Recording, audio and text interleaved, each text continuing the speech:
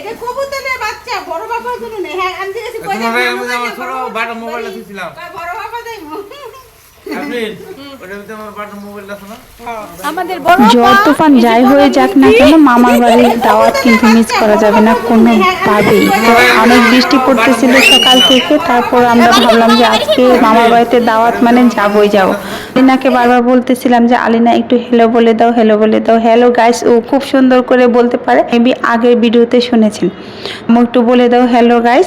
তো ও বলতেছে না কবুতরের বাচ্চা নিচ্ছি, এটা কেন নিচ্ছি, কার জন্য নিচ্ছি, এটাই বারবার কোশ্চেন করতেছে। তারপরে আমরা হচ্ছে যে চলে যাচ্ছে আমাদের নানু বাড়ি, আর আলিনা চলে যাচ্ছে আলিনার নানু বাড়ি, মানে দুই ভাগাভাগি হয়ে গেছে আমরা। যেহেতু নানু বাড়ি যায় নাই, তো আমরা অলরেডি চলে আসছি নানু বাড়ি কাছাকাছি। তো আমার ভাগ্নিরা আমাদের সাথেই চলে আসছে, কারণ যেহেতু নানু বাড়ি আর আপুর বাড়ি কাছাকাছি। তো আমার ভাগ্নির ছেলেটা আবার ঘুমাই গেছে এখানে, আরাফ এত ঘুমাচ্ছে যে বলার বাইরে। আমি ওকে এতবার খোঁচাইতেছি, তারপর ওর ঘুম ভাঙে না। অনেক বৃষ্টি থাকার পরেও আমরা বের হয়েছি, তারপর দেখি আলহামদুলিল্লাহ আকাশটা খুব ভালো হয়ে গেছে। তারপর নানু, তো যাই হোক দেখতে দেখতে চলে আসছি প্রায় নানু বাড়িতে।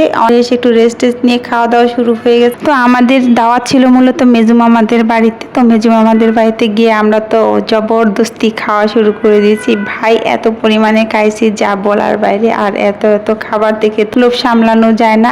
তো এখানে ছিল মাছ, মুরগির মাংস, গরুর মাংস, আর এত মজার একটা সেমাই ছিল যা বলার বাইরে। আর দেখেন আমার প্লেটে কতগুলা ভাত এন্ড হচ্ছে কতগুলা গোস্তের টুকরা। আমি কিন্তু এতগুলা খাই না, তারপরেও আমি অনেক খাবার খেয়েছি ওই দিন। রুনা রান্না করেছে, রুনার খাবার খেয়ে আমি বলেছি তোকে আমি 10-এ 10 দিলাম, এত মজা হয়েছে যা বলার বাইরে। মানে গরুর মাংস তরকারিটা সব মিলে অনেক মজা হয়েছে। তারপরে এখানে আমি আর রাফিও একটু ভিডিও করতেছিলাম, ভিডিও বলতে টিকটক করতেছিলাম আর কি। তো রাফিও তো পুরাই মানে আমার পাগল। তো আমার তো এমনিতেই বাচ্চাদের সাথে থাকতে ভালো লাগে, বাট রাফিওকে আমি একটা ধমক দিয়েছিলাম যে কোনো কারণে, দেখেন ও পারে না তার জন্য আর কি।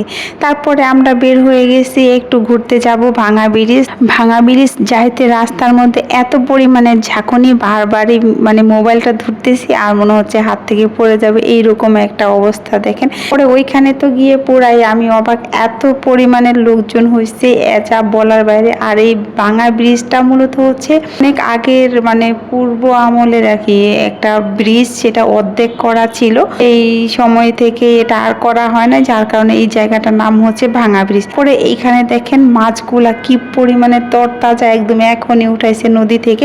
আমার মনে হয়েছিল যদি আমি এখানে ঘুরতে না যাইতাম তাহলে মাছগুলা সব নিয়ে আসতাম। তারপরে আমরা একটু নৌকায় উঠেছি, নৌকায় উঠতে তো অনেক ভালো লাগে। আর নৌকায় উঠলে পার পার্সনে হচ্ছে যে 50 টাকা করে রাখে। তো আমরা একটা নৌকা নিয়েছি, এই নৌকাতে আর কাউকে উঠতে দিনে বসে, আর কেউ উঠবে না, শুধু আমরাই উঠবো।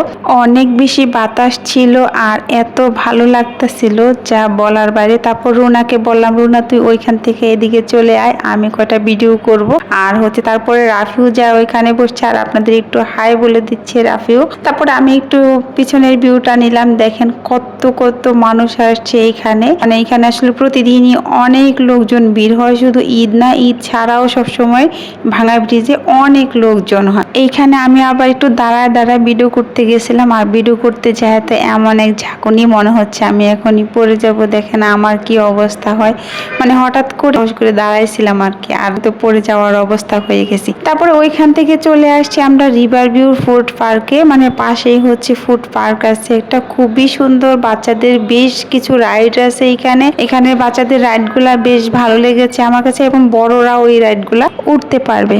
তারপরে আমরা একটু সামনের দিকে যাচ্ছি, কারণ এটা হচ্ছে সামনেরটা হচ্ছে পার্ক, আর পিছনে হচ্ছে একটা ফুড কোর্টের মতো আছে, মানে একটা ছোটখাটো একটা রেস্টুরেন্ট। আর এখন এটা অনেক বড় করছে, আগে এত বড় ছিল না আমি যখন প্রথমবার গিয়েছিলাম। তো এখন এটা অনেক বেশি বড় করছে। আর আমি এখানে আহাতকে বলতেছিলাম যে আহাত বাবা একটু হাই দিয়ে দাও। আমি আর আহাত এখানে নাচতেছিলাম, কারণ এখানে না একটা গান বাজতেছিল, কি গান বাজতেছিল সেটা আমার এখন মনে নেই। তারপর ভাবলাম যে এখানে একটা গোল চত্বরের মতো আছে সামনে, এখানে একটু যাই, কিন্তু এত লোকজনে দেখে তো আমার মুখ তো মানে কি বলবো, আমার এক্সপেকশন পুরাই চেঞ্জ হয়ে গেছে যে আমার তো যাওয়ার ইচ্ছা নেই। তারপরে ভাবলাম যেহেতু আসছি তাহলে একটু যাই।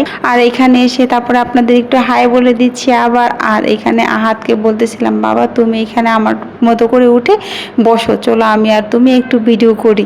তারপর সে তো আর ক্যামেরার দিকে তাকায় না, সে তো হিরো। আর আরেকজন তো পুরাই ভাব নিয়ে নিছে, কি কারণে জানি না। তারপর আমরা একটু চলে গেছি রেস্টুরেন্টের ওই দিকটায়। তো ওইখানে যাইতেই দেখি এইখানে গোপাল ভাঁড় আর হচ্ছে মন্ত্রীর দুইটা হচ্ছে বড় বড় করে মূর্তি দিয়ে রাখছে। তো ওইখানে ওরা আহাত আর রাফিও দুজন মিলে ছবি উঠাইলো একটু। তারপর চলে গেছি আমরা একটু খাওয়া দাওয়া করতে। কিন্তু খাওয়া দাওয়া করতে গিয়ে তো আমি পুরাই অবাক, কারণ ওইখানে সবকিছু অ্যাভেলেবেল নাই। তো আমি যে জিনিসটা পছন্দ করেছিলাম ওই জিনিসগুলো অ্যাভেলেবেল ছিল না। তারপর আমি ভাবলাম যে একটা ফিশ ফ্রাই খাই, যেহেতু এতদিন ধরে গোস্ত খাইতেছি কুরবানির পর থেকেই, তো কিছু তো আর গোস্ত খাইতে ইচ্ছে করতেছিল না ওই টাইপের। তারপর আমার বোন বলল যে না আমরা ফিশ খাবো না, তো ফিশ ফ্রাই বাদ দিয়ে আমরা ওইখানকার ফুচকা খেয়েছি। আর এখানে দেখেন আমাদের হিরো সাহেব কি সুন্দর করে ক্যামেরার সামনে তাকায় আছে, আর আরেকজনের তো সারাক্ষণই কেন জানি মুড অফ ছিল। তো এখানে আহাত বারবারই হচ্ছে ক্যামেরার সামনে আসতেছিল, ওকে কিন্তু আমি মূলত ক্যামেরার সামনে এরকম আসতে দেখিনি এখনো পর্যন্ত। ও অনেক বেশি দুষ্টু, ক্যামেরার সামনে আসলে সে মুখটা অন্যদিকে ঘুরায় নেই। তো যাই হোক অনেক বেশি ভালো লাগতেছিল। আর আমরা অর্ডার দিয়ে এখানে বসেছিলাম, তো বসে আমরা অনেক গল্প করতেছিলাম, অনেক দিন পর আমরা কাজিনরা একসাথে হয়েছি। তারপর আমাদের ফুচকা চলে আসছে। ফুচকার টকটা বেশ ভালো ছিল, কিন্তু ফুচকার সাইজগুলা একদমই বেশি পোড়া পোড়া ছিল আর একদমই মানে ছোট ছিল। এত ছোট ফুচকা যা মানে কি বলবো আশা করিনি এইখানে।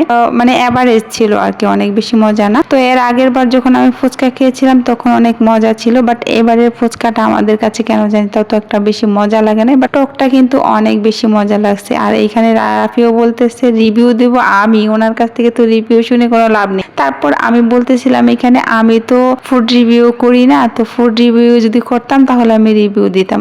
এবারে যে আমি যা ভিডিও করি তাই শুধু করতেছি। তারপর আর কি ওইখান থেকে ঘুরে টুরে চলে আসছি। আর এইখানকার সিনারিটা আমার অনেক বেশি ভালো লেগেছে। এই পানির জায়গাটা কিন্তু শুধু বর্ষাকালেই পানি থাকে, বর্ষাকাল যখন চলে যায় তখন এই জায়গাটাতে বিভিন্ন ধরনের ফুল টুল লাগানো হয়। ঢেকিতে ধান বাঁধতেছে গ্রামের বউরা, এরকম আর কি। তো ভিডিওটা এই পর্যন্তই, কেমন লেগেছে অবশ্যই কমেন্ট করে জানাবেন। ভালো লাগলে লাইক করবেন, শেয়ার করবেন। বিদায় নিচ্ছি, আল্লাহ হাফেজ।